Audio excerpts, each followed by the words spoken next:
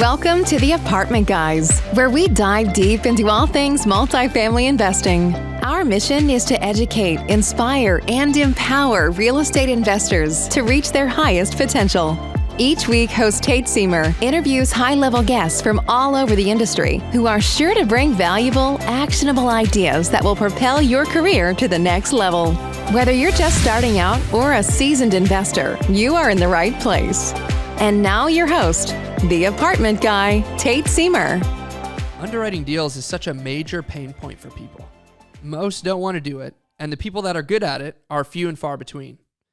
That is why after 6 years of being in the industry and buying over 1,200 apartments, using my best-selling multifamily deal analyzer, I created Real Estate Lab, a full suite acquisition software for multifamily investors. We have built a product that helps investors automate their acquisitions and close more deals, all in a cloud-based platform. You can go to realestatelab.com and sign up today using the promo code TAG2 for 10% off your first 12 months. This is David Tupin. Thanks for listening. Welcome everybody back to another episode of the Apartment Guys, coming at you today with Mr. Scott Hanis of Fortitude HR Solutions. Scott, I'm really stoked to have you. Yeah, thanks very much for having me, Tate. Look forward to the conversation for sure. Yeah, for sure. And for listeners, Scott and I know each other through the mastermind that I'm a member of. Scott's actually part of facilitating the mastermind, the Tim Brott's Legacy Family Mastermind. And I'd encourage listeners to learn a little more about the mastermind, what it offers. And I'll just say this about masterminds real quick, because that's not what we're here to talk about. But your network is your net worth. I truly believe that. And there's a couple hundred people in this mastermind that are investors, deal finders, capital investors, joint venture partners, people like Scott that specialize in building a team and in your HR. You really have just about everything that you need in a mastermind to build a business. And if you buy into what I believe, and I think Scott believes, which is, your relationships are your highest and best asset in life.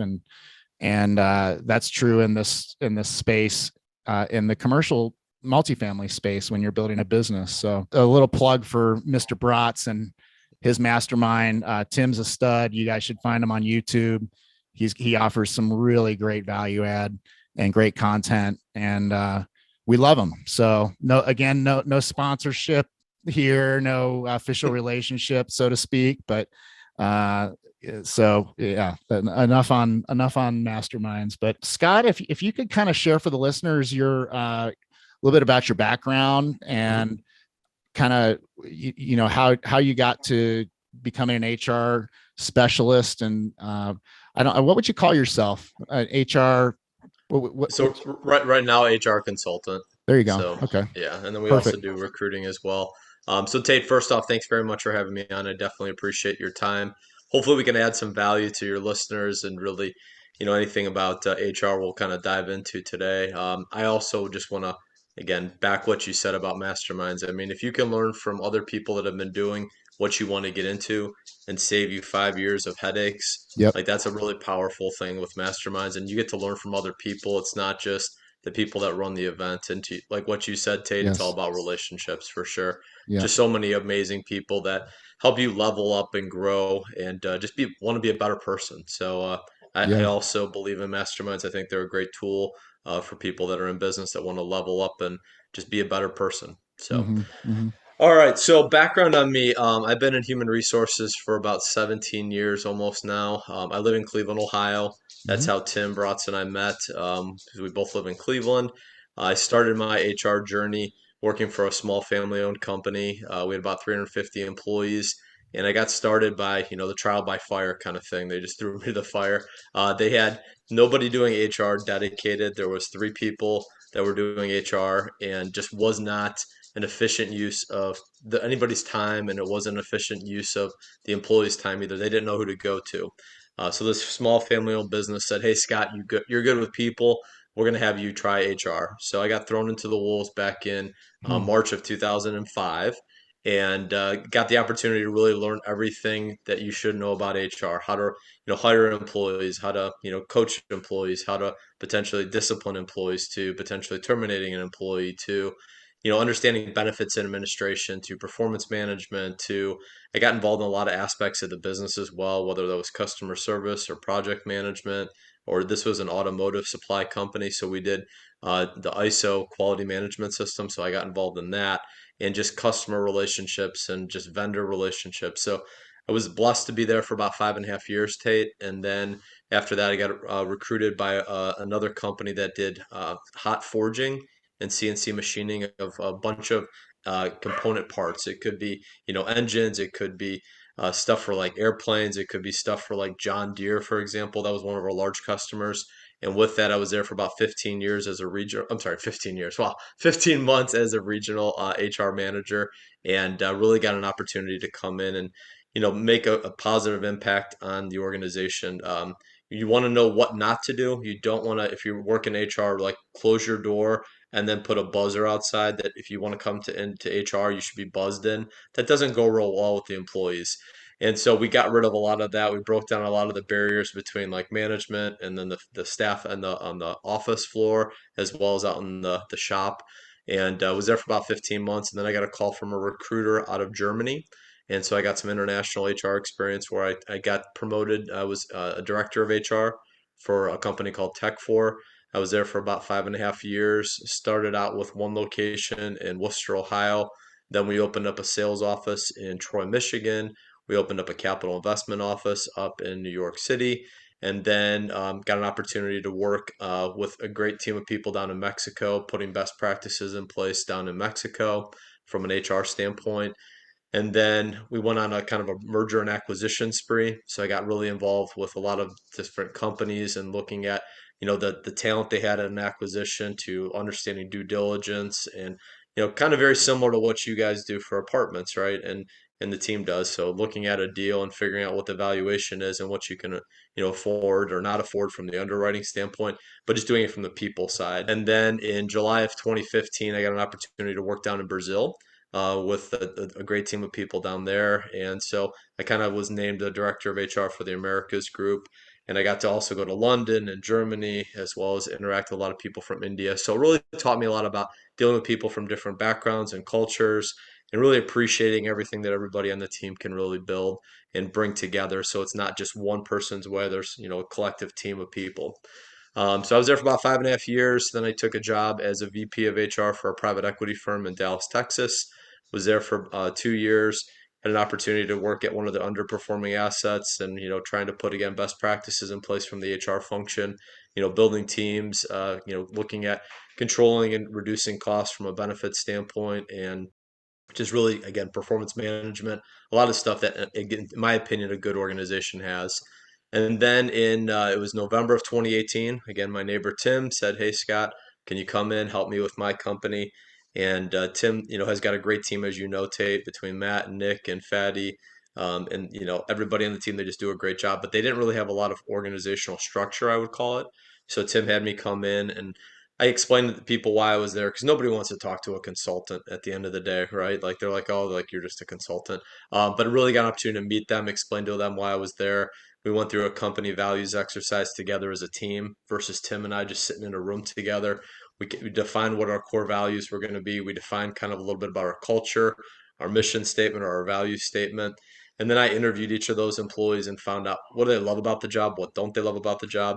If they could change things as an owner, what would they do? And really kind of got an idea so we could build their job descriptions, as well as get some type of a pulse on the organization. So I did that for Tim, and Tim's like, Scott, he goes, quit your job. He's like, I'll help you get, a ton of business, and you don't need to worry about work. And it took me about 6 months of praying and talking to my wife and just figuring out if I should go from making a really large salary as a VP of HR for a private equity firm and give all that up and go down to zero. And took the leap of faith June 24th of 2019. That was the first day as an entrepreneur, and I love it. And I should have done it 5 years ago, but I'm focusing right now on the present as well as the future. So it's been a long journey, but I love everything that I do with helping people and helping teams and helping organizations. If you don't like people, you probably shouldn't be in HR. So that's a little bit of background on me and kind of where I'm at today. So That's awesome. And I love a couple things here, and this can be extrapolated really to any course of work, employment, or business entrepreneurship, is you cut your teeth hard for a long time working for someone else, working for big corporations, learning the business and getting paid to learn the business and getting to go all over the planet and deal with all kinds of different people and situations. And what a better way to learn the craft, right?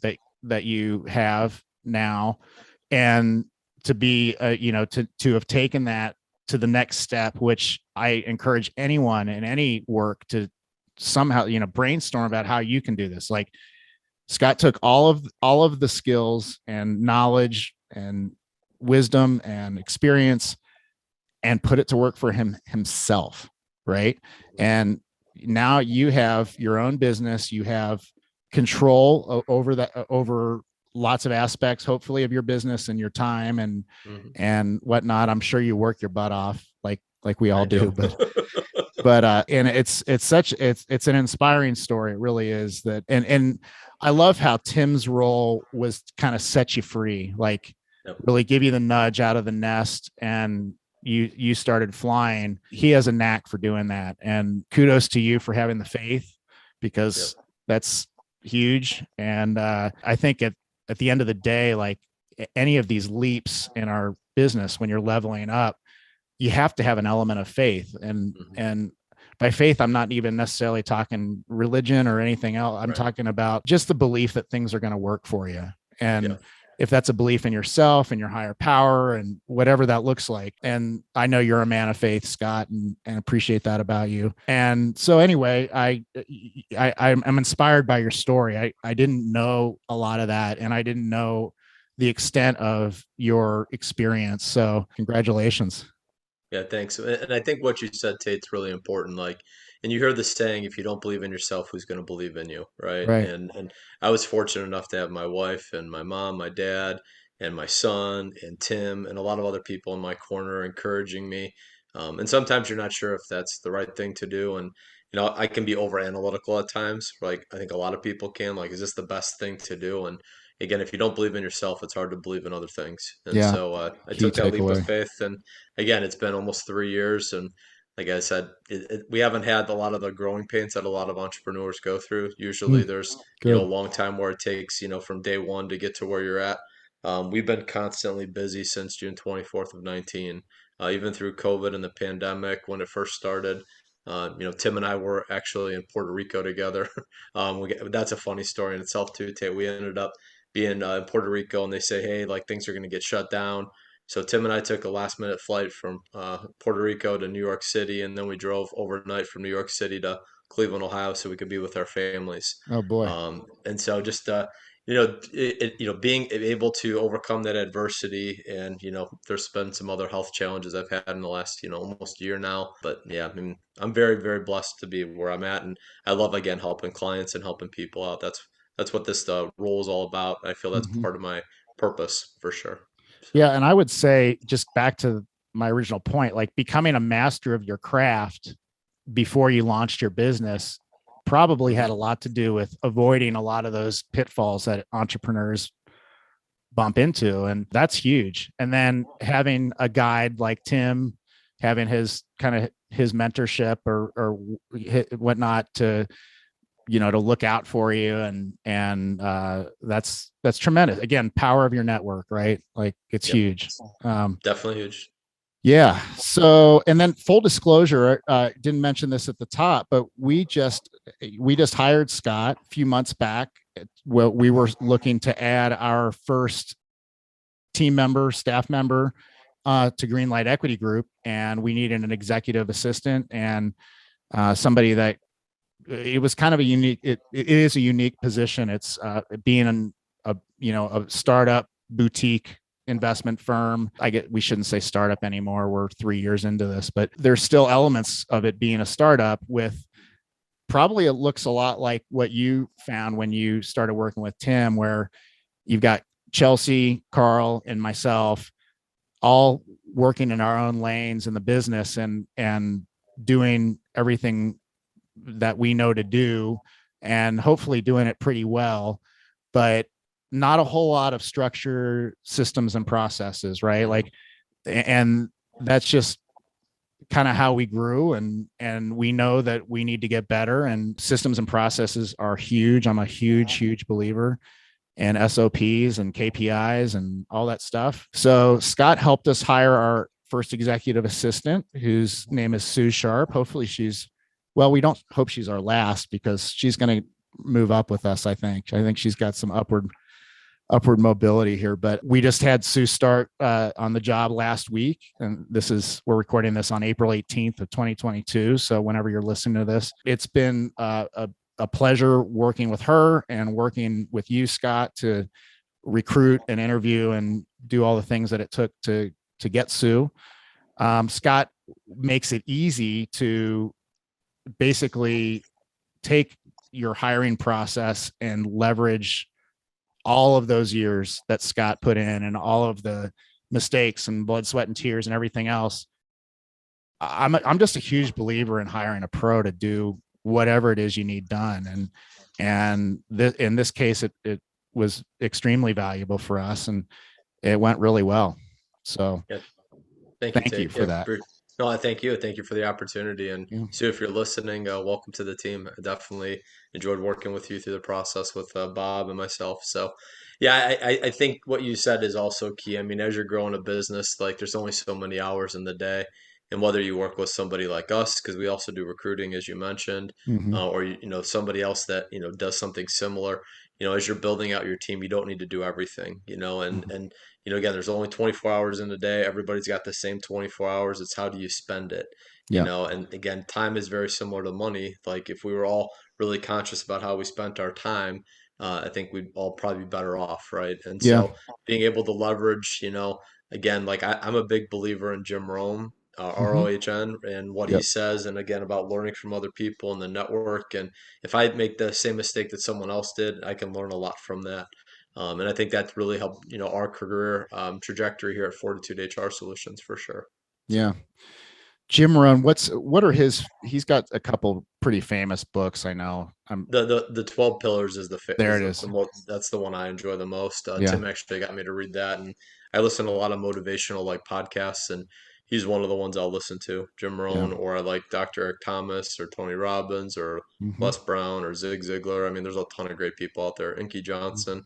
If you like that motivational kind of mindset thing, because again, as you're building a business, I mean, it can be hard, it can be lonely, right? And you've Yeah. heard the parallel about the ups and downs like of a Yep. roller coaster.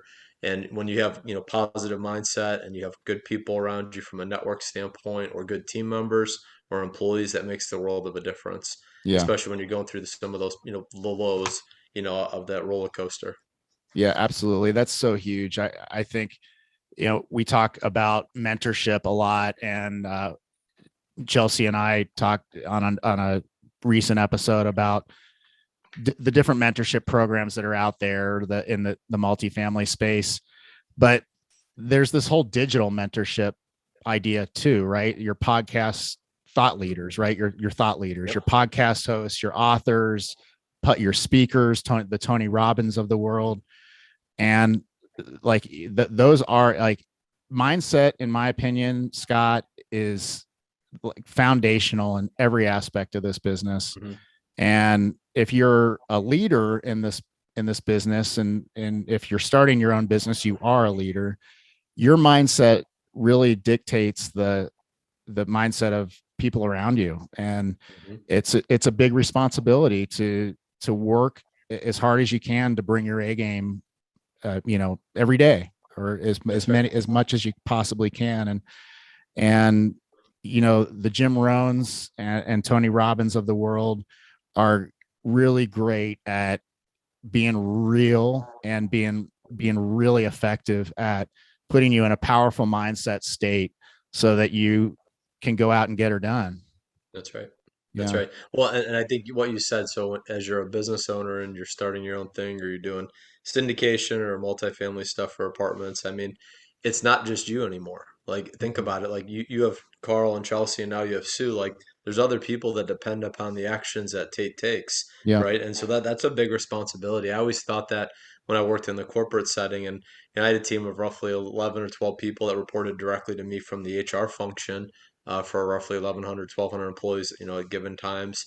And I always thought, like, I need to make sure I'm bringing my best for them and for their families, and people outside of that. Like, when you think about the sphere of influence that you have, like, you can either make a really big impact, or you can do, nothing and just skate by. I'd rather Mhm. make a big, big impact, and be about it rather than talk about something. Yeah.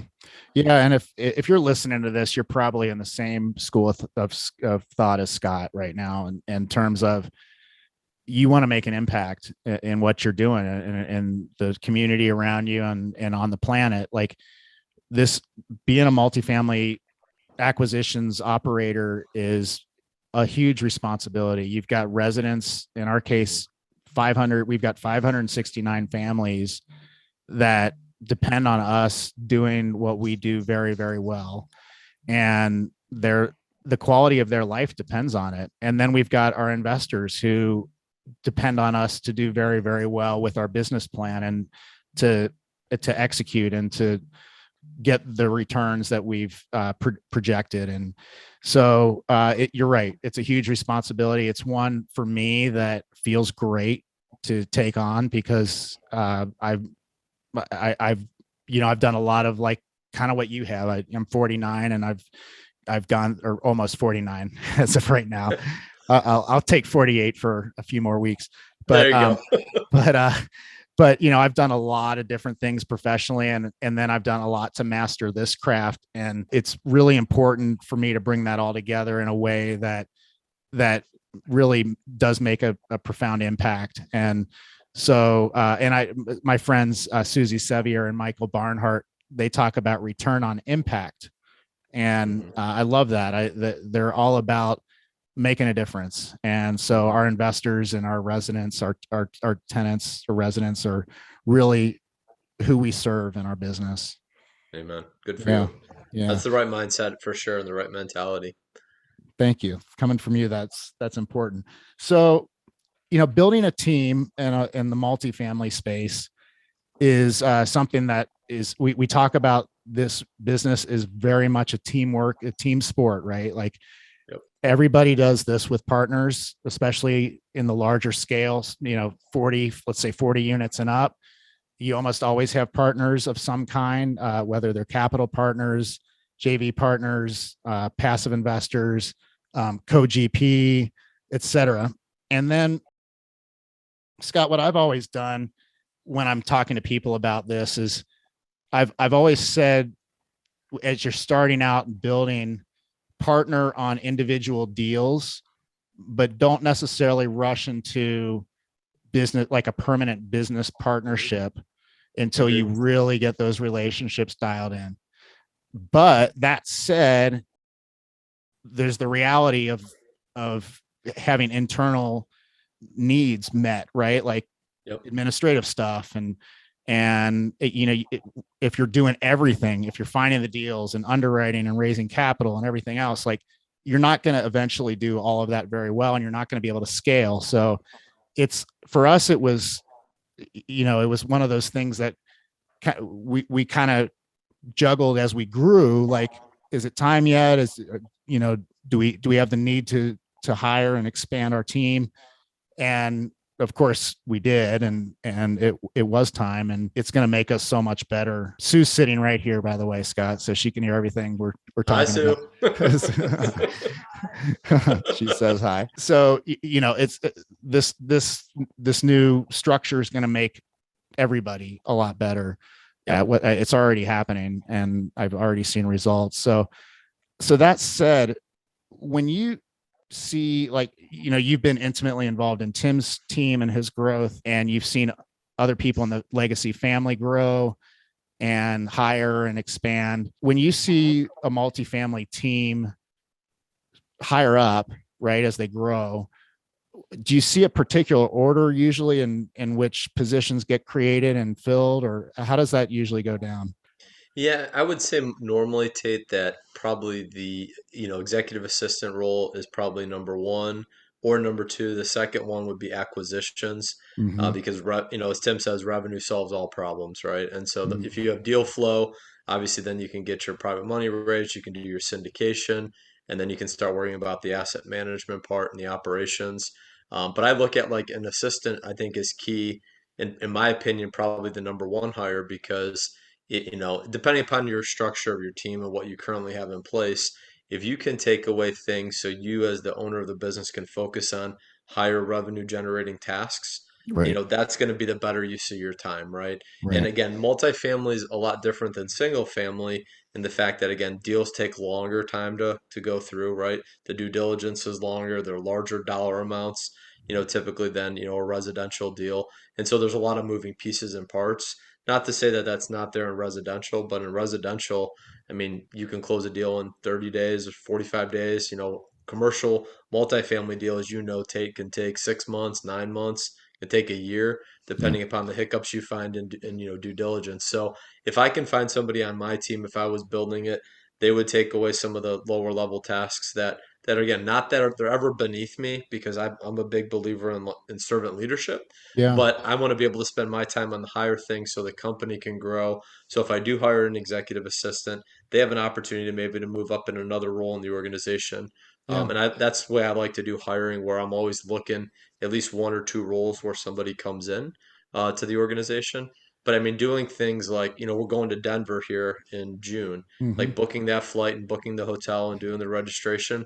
That's probably not the highest and best use of your time, Tate, right? Right. And that Right. not saying that that's a bad thing if you did it, but I would have an executive assistant or an office assistant or admin, somebody do that for me.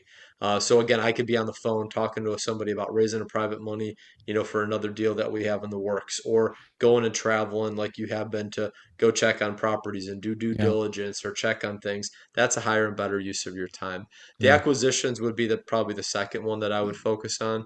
And the reason for that again is you got to have the deal flow, right? And the deal Right. flow is going to allow you to make money. I think, personally, in my opinion, and Matt Carlin and I talk about this all the time. I think that's really where you make your money is in the operations of those Yeah. assets, right? Right. Because if your NOI, your net operating income is out of whack and your occupancy is low and your collections are not meeting, expectations and you have bad tenant reviews or resident reviews, all Yep. that does is it devalues that property, right? And Yes. your overall asset. So Yep. to me, you can get a killer deal on a property, but if you don't manage it right and you don't treat the residents or the tenants right, you don't have anything at the end of the day, in my opinion. So, Agreed. again, the acquisitions are important because you still need to constantly feed that pipeline because of how long it takes to, bring in deals like this, from Yep. an just a deal flow standpoint.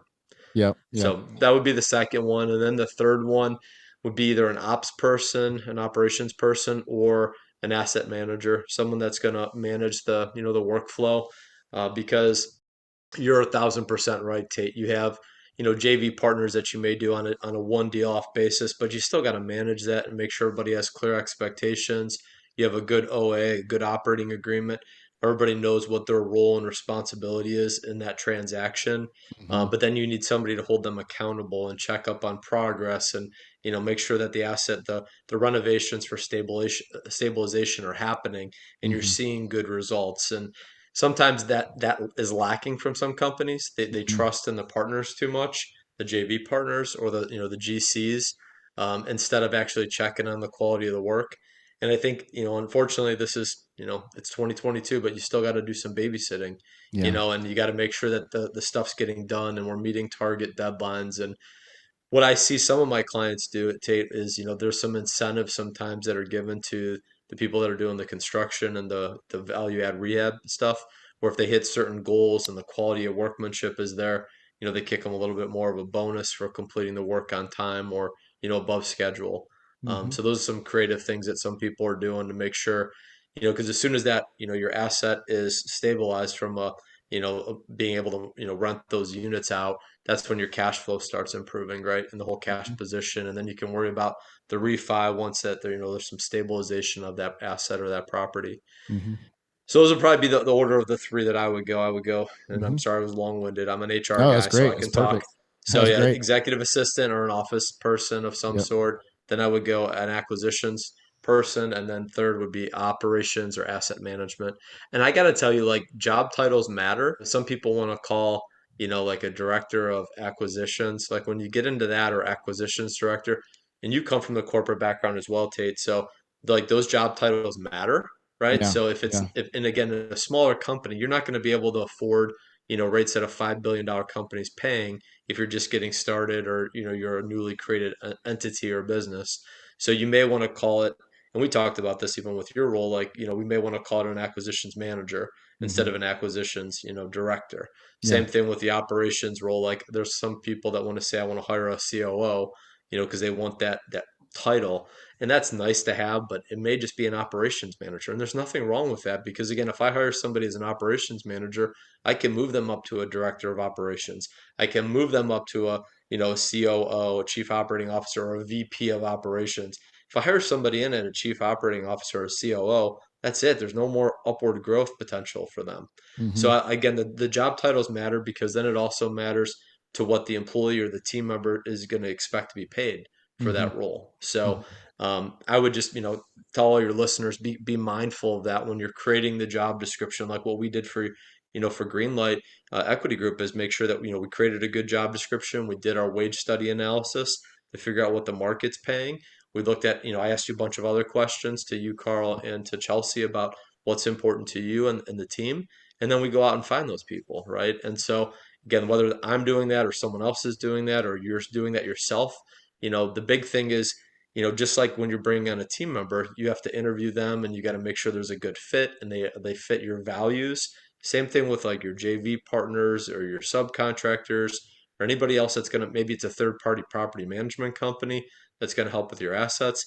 They still need to align with you and what your core business is, right? Yeah. And what you're all about as an organization, which I Yeah. think, Chelsea, Carl, and you, Tate, have done a very good job defining what your organization is all about. I will tell you, Yes. there are some people I work with that don't have that.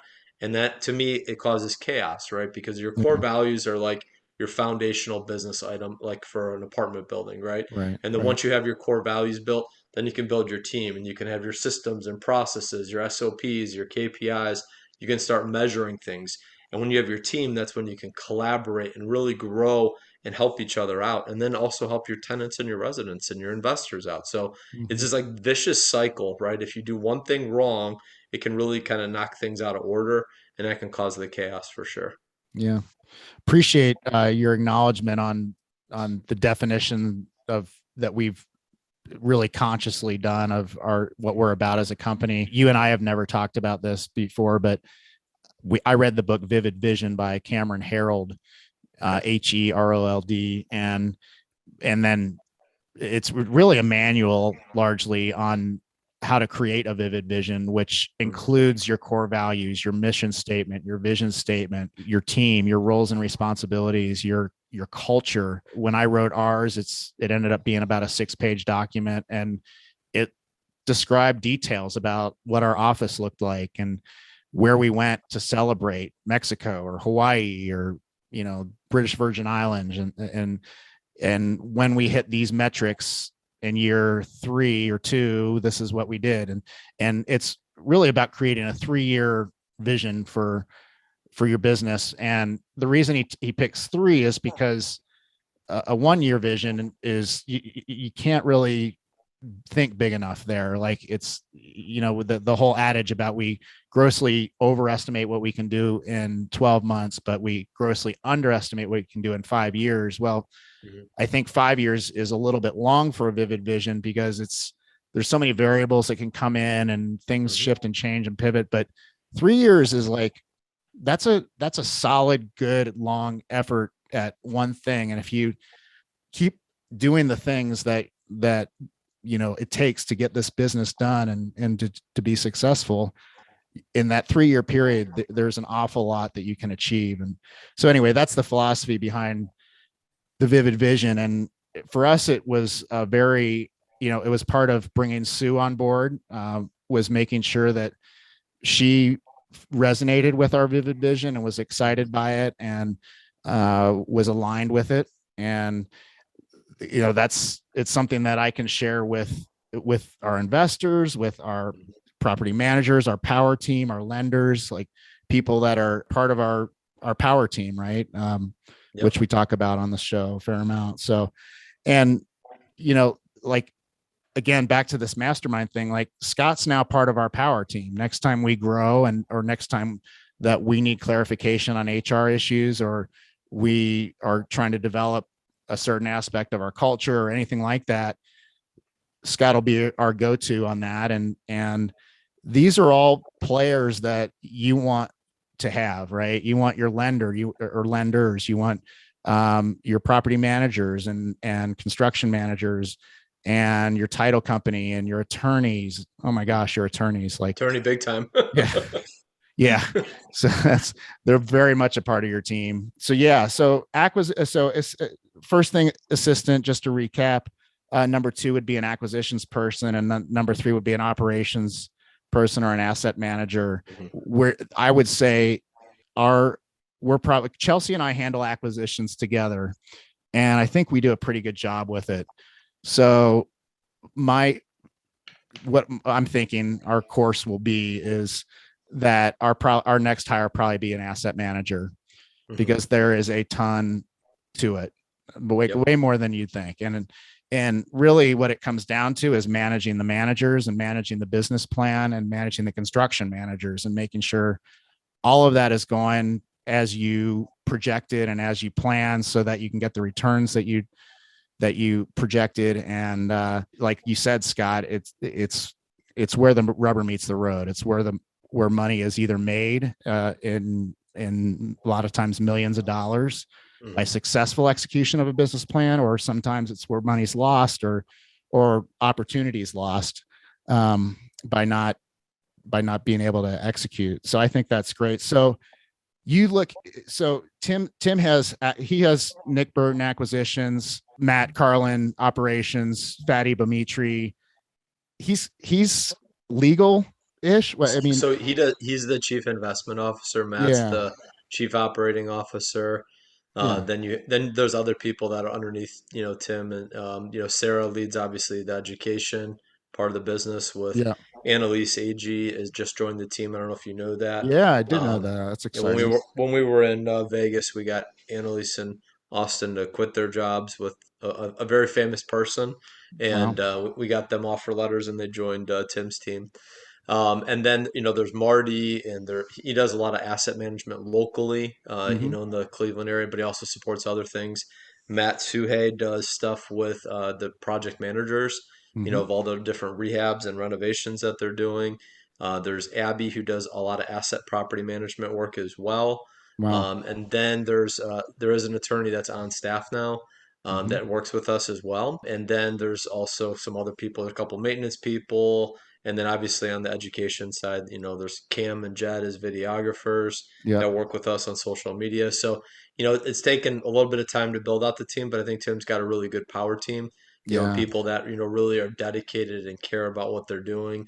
And there's a lot of potential for, obviously growth on, both sides of the business, whether it's the education or if it's on the, the transactional side with the apartments that they're buying right now.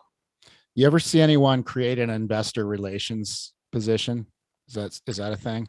Yeah, I mean, I would say part of that would be like what Fatty does to some degree, with like a chief investment officer. So yeah, the investor relations and like doing the K1 statements and just building up. It's like a client relation, manager in the corporate sector, for some of the Fortune 500 companies. I think that's a big role. Like, how do you raise private money, but how do you make sure that they're happy with the returns they're getting and giving them status updates on the projects and the properties?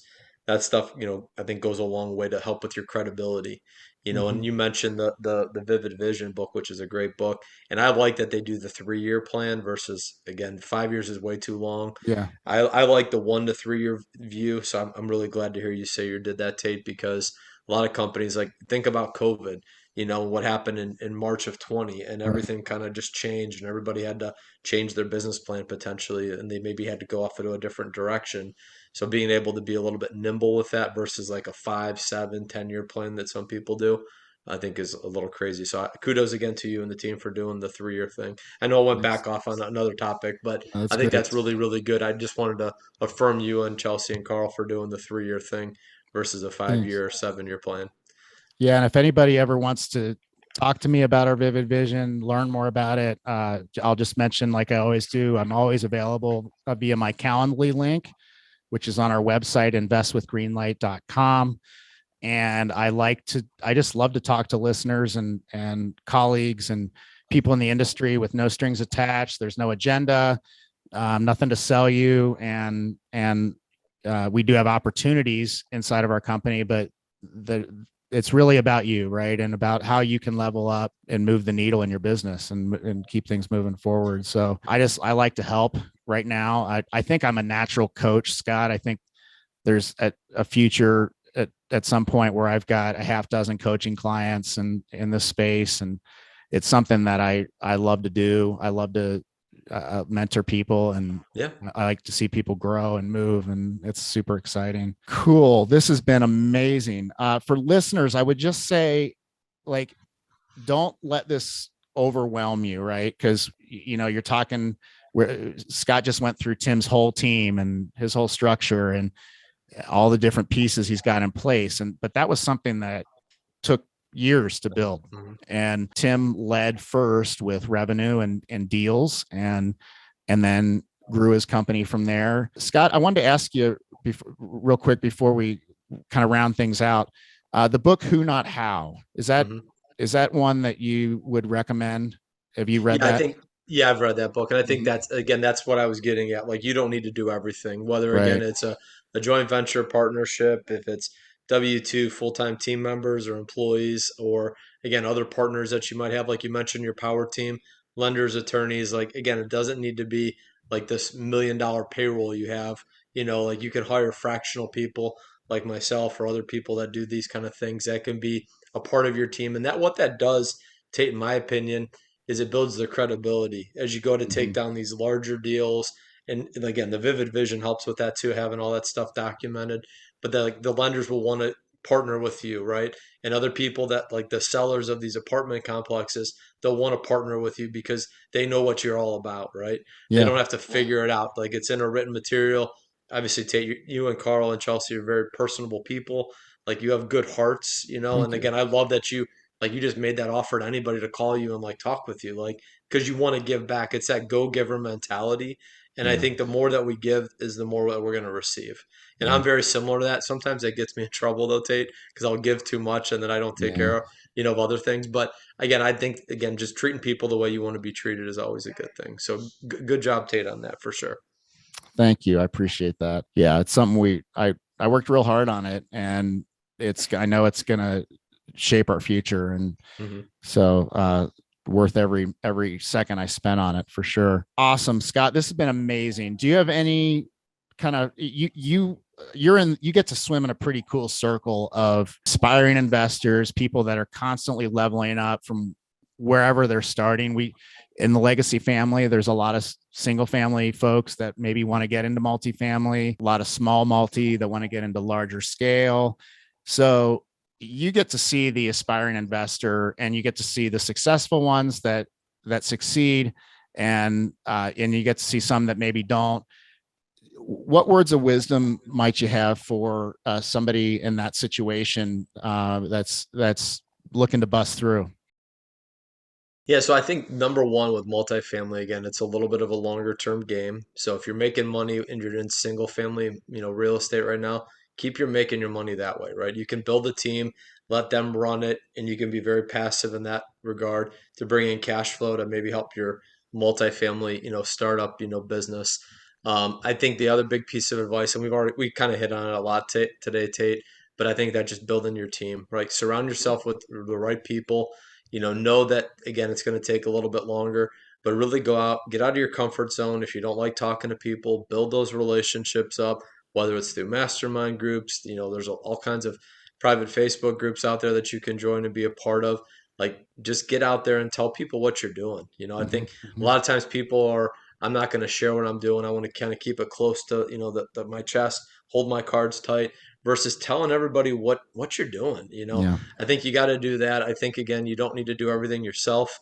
You can partner with people, build your power team that way as you're, starting things out. And just make sure you're interviewing them and you really vet them, because I have seen where sometimes people have, pick the wrong partner. So Yep. don't jump into a relationship with somebody long term. Take your time, vet them, get to know them, interview them like you would a W-2 employee. It may be 2, 3 rounds of interviews. Again, do background checks, drug screens sometimes. I mean, those are things that I'd recommend. Those are good best practices. Mm-hmm. And then again, know what you want out of it, know what the other person wants out of it. If you're going to get into a partnership of some form, and make sure it's clearly documented. Like, Paul and Adam Vincent, they're in our group in Legacy Family, they're attorneys. They do a good job with those OAs and making sure things are structured the Mm-hmm. right way. Again, just have good people to help you out. Again, you don't need to do it all yourself. That's the fun part about having a business, right? It's like building a sports team. I love sports. I know you're a fan of Yep. sports, Tate. I Yep. mean, like, I could watch sports all day. Obviously, I don't get paid to do that, so I don't do that. But I mean, obviously, like, just seeing like the pitfalls of certain teams and when they win and when they lose, and again, sometimes you got to support your cast and do things differently. And so again, build your team up, and again, get out of your comfort zone and take action. Don't just talk about things, go do stuff. Mm-hmm. So that's maybe way more than you wanted me to tell you, Tate. No, that was a great wrap up. And yeah, totally appreciate that. I think there were some gems in there. Hopefully, listeners, this was valuable to you as you look forward into your vivid vision. I'd encourage you to create a vivid vision if you haven't, and I'm happy to help with that. But the book is amazing, and Cameron Harold's all over YouTube if you want to hear him talk about it. But Scott, one analogy that I think of a lot when it comes to building a team that we haven't really mentioned at all is putting the right people in the right spots on the boat, right? Because it's almost like you are all, if anybody's ever been whitewater rafting, you're in the same boat, and if you're going over a wave and you're going to tip, everybody's tipping. And so that having the strong people in the front that are pulling you through, and having the finesse people in the back, and the support roles, and the captain of the ship in the back, like, you really want to put the right people in the right place. There's personality tests and stuff, disc assessments and stuff that can help you with that. Maybe we'll save that for a future episode, but that's what this is all about, is finding the right people for the seat in the boat. And look, that can be your attorney, that can be your property manager. And like Scott said, interview the heck out of those people too. Like, believe me, it pays, and it hurts to make a mistake when you hire the wrong property manager, for instance. And I can attest to that. It's painful. It's really expensive. So avoid those mistakes by learning from ours, and you'll be just fine. So Scott, my brother, I appreciate you. I'm looking forward to seeing you in June. Amen. That'll be awesome. And appreciate everything you had to share today with the listeners. Yeah, thanks very much again, Tate, for your time. Thank you, everybody that listened. You mentioned about the personality assessments. We can do a whole other episode on that, Yeah, because there's like 50 of them that are out there. But again, just make sure you vet your people, and again, make sure that you're hungry and you want it, right? The more you put into it, it's like any sport or exercise you do, the more you're going to get out of it. So yeah. just make sure you're doing the right things, each day, and pay attention to people like Tate. They know what they're talking about. So again, Thanks, Tate, thank man. you very much for your time. I definitely appreciate being on.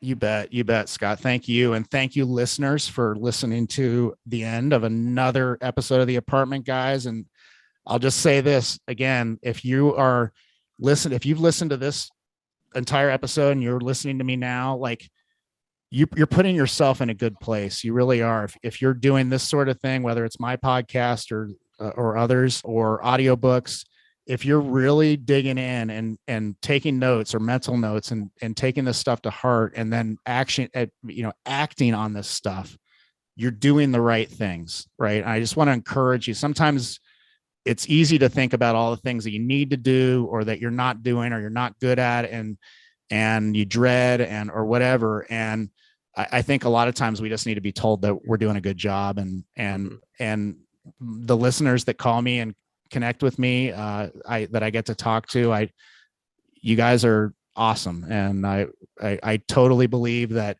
anybody listening can do a 150 unit apartment deal this year. I really believe that. So on that note, we'll bid you adieu, listeners, and we'll catch you on the next episode of the Apartment Guys. Scott, thank you again, my friend. Thank you very much, Tate. Appreciate it. All right. Take care, everybody. Thanks for listening to The Apartment Guys with Tate Seamer. Tate and friends are grateful to have you as a loyal listener. If you like what you've heard, please subscribe, rate, review, and share with friends on your Apple Podcasts, Google Play, Spotify, or any other podcast platform. Also, check out Tate's YouTube channel for videos of many of these episodes and more. Until next time, take massive action steps and rock on.